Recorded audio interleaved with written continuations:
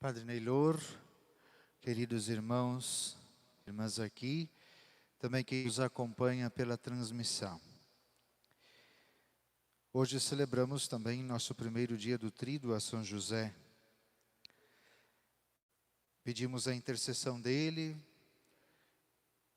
para nós que vivemos essa quaresma e também esse tempo de pandemia. Olhamos para esse evangelho, esse texto tão profundo, em que junto dessa piscina, tantos buscavam a cura, e havia esse homem que há 38 anos estava ali. E alguns detalhes a gente precisa notar nesta cura, nesse milagre que Jesus realiza. Primeiro, aquilo que nós sempre sabemos. A iniciativa foi de Jesus, como tudo. A criação é a iniciativa de Deus, a redenção é a iniciativa de Deus, a cura de qualquer um de nós e a nossa salvação sempre é por iniciativa de Deus. E Jesus vai ao encontro desse homem e diz assim: queres ficar curado? É muito importante nós percebermos que a salvação passa pelo nosso querer. Assim como tudo passa também pelo nosso querer, pela nossa disposição, pela nossa vontade, pela nossa aceitação. Ainda hoje fomos lá visitar a comunidade terapêutica. O princípio básico para alguém que é dependente de químico sair do vício é querer. Se ele não quer, não adianta amarrar numa camisa de força, levar para uma comunidade, levar para uma clínica. Passa pelo querer. Queres ficar curado? A resposta do homem mostra o total abandono e o descaso que ele sofre por seus irmãos. Ele é um abandonado. Eu não tenho ninguém que me leve até a piscina. 38 anos ali e ninguém foi capaz de pegá-lo, esperar e jogá-lo dentro da piscina para que ele fosse curado. E aí nós vemos a misericórdia de Jesus que vai ao encontro daqueles que não têm ninguém por eles. Daqueles que são de fato abandonados por todos. E nós também, na nossa condição, precisamos perceber que nós somos incapazes da nossa salvação. Assim como esse homem era incapaz de se jogar na piscina, de ele mesmo tomar a iniciativa, ele era impossibilitado de por conta própria alcançar a salvação dele, nós também não conseguimos alcançar a nossa salvação sozinhos. A iniciativa e a realização da nossa salvação vem de Jesus. É Ele que vem ao nosso encontro, é Ele que assume a nossa humanidade, é Ele que se coloca no nosso lugar, porque nós como seres humanos não poderíamos nos salvar por conta própria. A fé do paralítico na palavra de Jesus é total. Jesus diz: toma a tua cama e anda. Imediatamente ele pega a cama dele e sai andando. É interessante porque no texto tem a ideia de que o pecado é a causa da doença desse homem. Por isso, tem a necessidade de adverti-lo. Jesus precisa chamar a atenção dele, para que a cura fosse perfeita, para que a salvação acontecesse. Eu gosto sempre de dizer, o milagre não significa necessariamente a nossa salvação.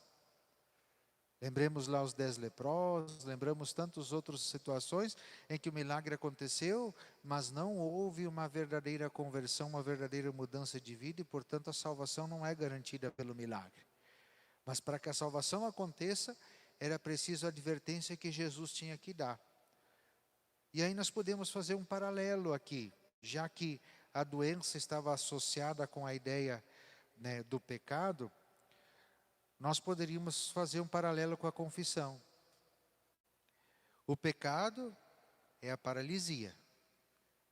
Quem está em pecado está paralisado na sua caminhada de salvação, na sua caminhada de santidade, não consegue ir adiante. A absolvição é a palavra de Jesus. Toma a tua cama e anda. E essa palavra de Jesus é que restitui as forças, que restitui, por exemplo, para nós na confissão, a condição de nós continuarmos caminhando, continuarmos progredindo, continuarmos indo na direção do céu. Mas exige também um bom propósito. Aquele homem ouviu a palavra de Jesus e para onde ele foi? Foi para o templo, para a ação de graças, foi agradecer. E aí é muito interessante, porque o fato de ele ter ido para o templo agradecer foi a oportunidade de se reencontrar com Jesus, e onde Jesus faz a advertência: olha, não tornes a pecar para que não te aconteça coisa pior. Ou seja, o bom propósito, eu não quero mais pecar, é isso que nós rezamos no ato de contrição. Eu estou arrependido, eu pequei por minha culpa, mereço todas as consequências do meu pecado, mas não quero mais pecar. Então, queridos e queridas, em todo esse episódio que nós vemos aqui, nós vemos a salvação acontecendo na vida desse homem, como acontece também na nossa vida. Jesus vem ao nosso encontro, Ele precisa do nosso querer, nós temos que permitir e acreditar na palavra de salvação que Jesus nos dirige, e também com a ação de graças acolher a advertência e fazermos o bom propósito de sempre buscarmos caminhar na retidão no nosso caminho de santidade. Não dá para deixar despercebida também a primeira leitura, aonde do templo jorra uma fonte que torna as águas salgadas saudáveis, e ali toda aquela maravilha acontecendo. Lembra que nós comentamos ontem que agora a Quaresma já vai nos apontando para as maravilhas da Páscoa, que a Páscoa vai trazer para nós?